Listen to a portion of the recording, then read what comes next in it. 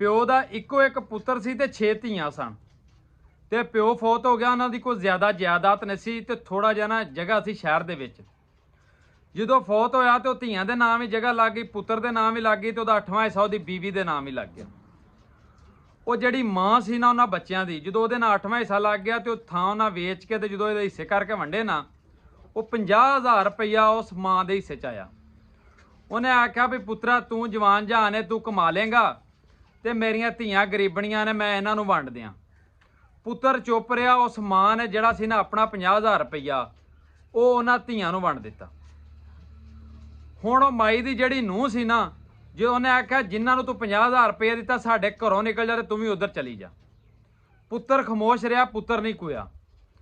उस नूंह ने अपनी सस घरों कढ़ दी, लेकिन पुत्र की जबान भी नहीं हिली। माई बेचारी चली गई। वो अज सच्चा वाकया तेन सुनाण दिया। वो 8 दिन एक धी को रही, 8 दिन एक धी को रही, 8 दिन एक धी को रही है। वो धी 8 दिन आती अम्मी तू अगली को चले जा, तेरा जवाई आख्या भी माई साडे पल्ले पै गई है। लेकिन वो बेनसीब पुत्र जिहड़ा सी उन्हें मां नूं नहीं आंदा। उन्हें अपने न्याणे विआह ते उहदे औलाद अगों जवान सी, उन्हें अपनी औलाद वाही तो उहदी जनानी फौत हो गई। उहदियां नूहां ने उहनूं उसे तरह ही घरों कढ़िया। वो हुण गां अपणियां धीआं कोल हुंदा वे। उहदी मां अपणियां धीआं कोल, अगों जिहड़ा पुत्र है वो अपणियां धीआं कोल हुंदा है। मैं ना दुनिया ऐसी चीज़ है भी जो तुसीं अज करदे जे ना पे कल नूं तुहाडे सामने जरूर आउणा। जो बीजदे जे उही तुसीं वड्ढणा वे। लेकिन माँ प्यो नाल जिहड़ा तुसीं नेकी या बदी जो भी करदे जे इहदा नतीजा दुनिया ते तुसीं पाना है।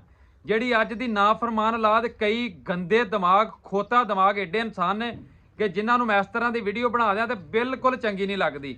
उन्हां नूं मैं ना तुसीं मेरे कोल आओ, मेरे एड्रैस ते आओ, मैं तुहानूं हकीकत च विखाना वा। ये वाਕਿया तुहानूं मैं अखीं वेख्या वाकिया विखाण दिया, कोई कहानी नहीं, कोई फर्जी कहानी नहीं, कोई झूठ नहीं। क्योंकि जिहड़े नेक औलाद दे अच्छे लोग ने, अच्छी तरबीयत जिन्हां ने कीती, उन्हां नूं कदी भी मेरी गल इस तरह की बुरी नहीं लगदी। वो सोच के ते अपने माँ प्यो की ज़्यादा सगों पहले नालों इज्जत करते हैं। मैं ना अगर दिल करे तो माँ प्यो नूं गल लाया करो, उन्हां दा मत्था चुमिया करो, उन्हां दे हत्थ पैर चुमिया करो। ये नेमत जिन्हां दे घरां दे विच कोई नहीं ना, उन्हां नूं इस चीज़ की कदर है, तुहानूं नहीं पता इस गल दा। जो तुहाडे कोलों ये चीज़ खुस गई ना, उदों मेरे मत्थे लगे तो फिर तुहानूं मैं दस्सां दा नतीजा।